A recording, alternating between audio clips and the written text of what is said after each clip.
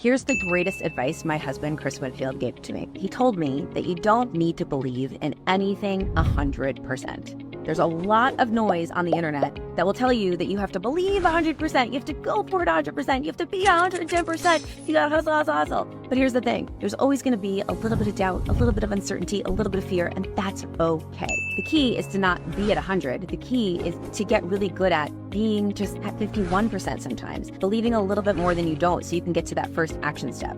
Being able to take action with some fear, with some doubt, that's gonna be your superpower. And when you do that, you'll probably get a little bit of momentum from getting that win and get to 52% and sometimes 60% and maybe even 85%, maybe even 90%. But you have to start in order to get there. And often that means starting with just believing a little bit more than you don't. The rule of 51%, believing a little bit more than you don't. I absolutely love this advice. This, I feel like, is so powerful for being in a position where you have to make a lot of decisions.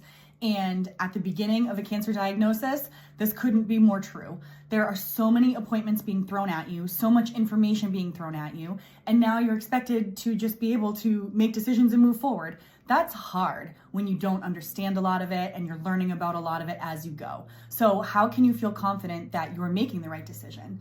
The truth of it is you have to trust yourself. You have to know yourself. You have to know what your treatment goals are, what your belief in yourself is. And honestly, you get to move forward even if you don't feel 100% confident.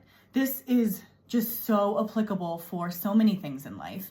You know, it's really rare to feel 100% decided that this is the exact right move for you. Oftentimes, we just have to believe a little bit more than we don't. Sometimes you're 68% believing, sometimes you're 92% believing, and some days you drop back down to like 52, and that is real. And as you go through treatment, you might experience that same thing.